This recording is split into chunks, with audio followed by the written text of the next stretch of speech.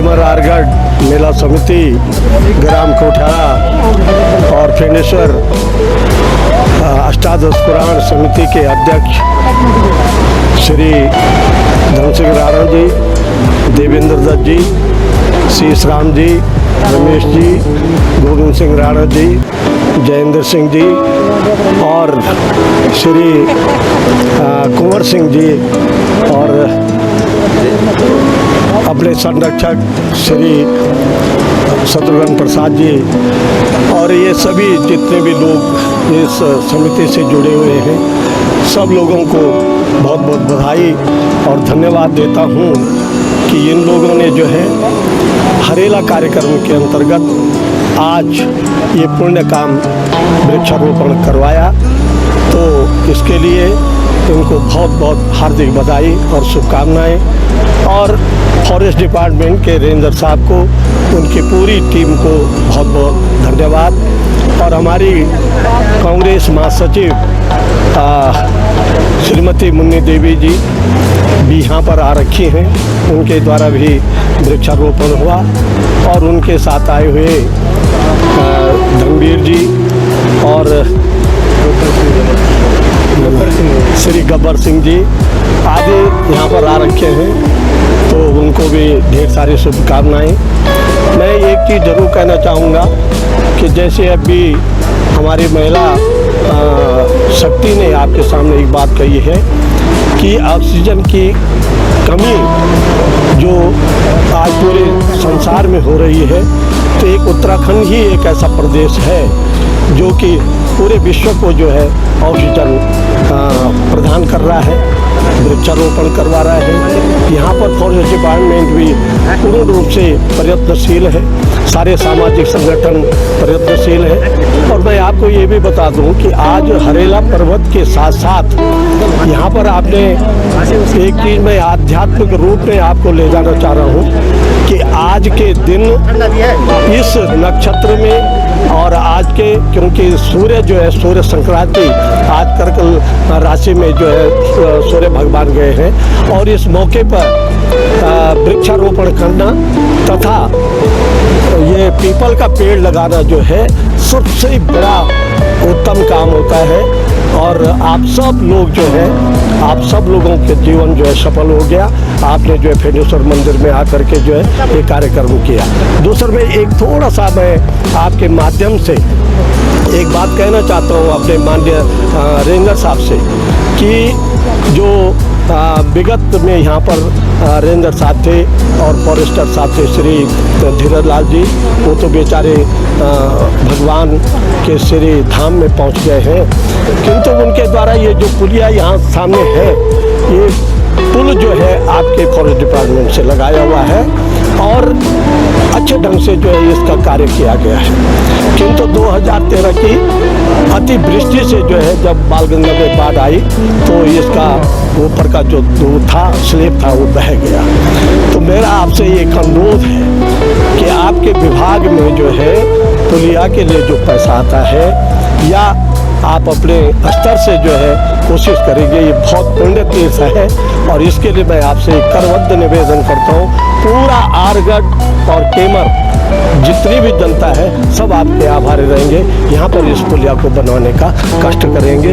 और मैं आपको बिल्कुल ये पूर्ण रूप से आश्वस्त करता हूँ, आपकी टीम और आपका परिवार, आप सबका परिवार हमेशा आरोग्य बना रहे, सुख शांति से रहे और आपका जो है जीवन अग्रसर रहे और सफल रहे। इन्हीं शब्दों के साथ बहुत बहुत धन्यवाद।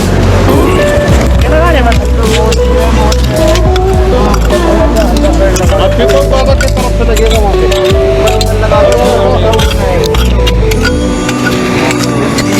पे आप आएंगे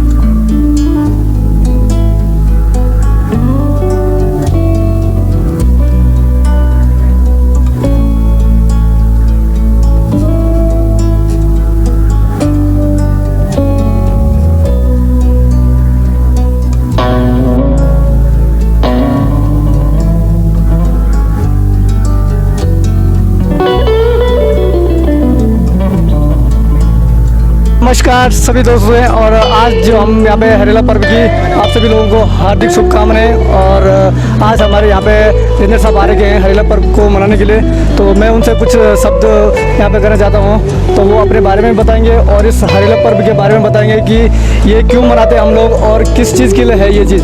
तो अभी मैं इनको पूछता हूँ कि रेंजर साहब आप अपना परिचय दीजिए और बताइए कि हरेला पर्व के बारे में थोड़ा। मेरा नाम प्रदीप सिंह चौहान है। मैं बालगंगा रेंज में as a range forest officer तैनात हूँ। मैं पिछले 1 साल से यहाँ कार्यरत हूँ। और पहले तो मैं ग्राम कोठेड़ा वासियों और जितने भी अतिथि यहाँ पे आए उनको बहुत बहुत बधाई और शुभकामनाएं देता हूँ हरेला पर्व की। और आप लोगों को जैसे पता है कि हमारे शास्त्रों में भी कहा गया है एक वृक्ष क्या होता है आपके 10 पुत्रों के समान होता है। तो वृक्ष लगाना सबसे बड़ा पुण्य का काम माना जाता है। और मेरा सौभाग्य है कि जो मेरी सर्विस है वो वृक्ष से ही संबंधित है। तो हरेला पर्व आपको पता है कि 16 जुलाई को प्रदेश में व्यापक स्तर पर मनाया जाता है। पहले ये अपने लोकल मतलब जो स्थानीय लोगों द्वारा मनाया जाता था, अब प्रदेश सरकार के द्वारा यह किया गया कि हर वर्ष विभिन्न संस्थाएं और जो हमारे सरकारी दफ्तर होते हैं या जो विभाग हैं वो अपने अपने स्तर पे हरेला पर्व मनाते हैं। और इसमें वन विभाग का महत्वपूर्ण योगदान होता है। हम जैसे कोई ग्राम पंचायत, वन पंचायत या कोई अन्य संस्था वगैरह अगर कोई पेड़ों की डिमांड करते हैं हरेला पर्व के उस पर, तो हम उनको उपलब्ध कराते हैं।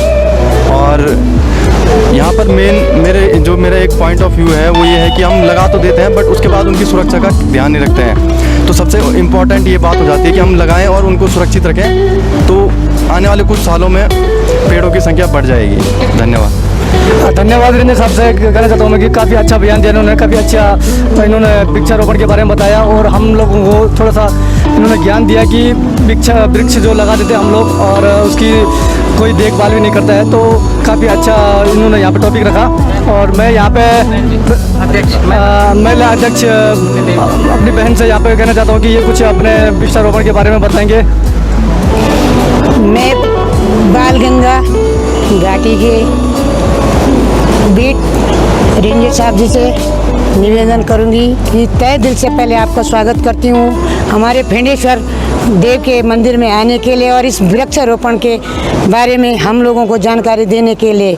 वृक्ष लगाना हमारे लिए ये है कि जैसे माँ के लिए एक बच्चा होता है वैसे हमारे लिए एक पेड़ लगाना बच्चे के समान है। और ये पेड़ लगाते हम जैसे बच्चे हमारे लिए सुख दुख के लिए साथी होते हैं, वैसा ही पेड़ भी हमारे जीवन के लिए काम आता है। हर जगह पे कहीं भी जाओ तुम, पेड़ इंसान के लिए हर जगह पे फायदादायक है।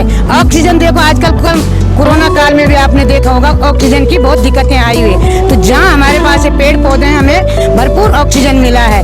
इससे आप प्रत्येक व्यक्ति के शरीर को राहत मिली है।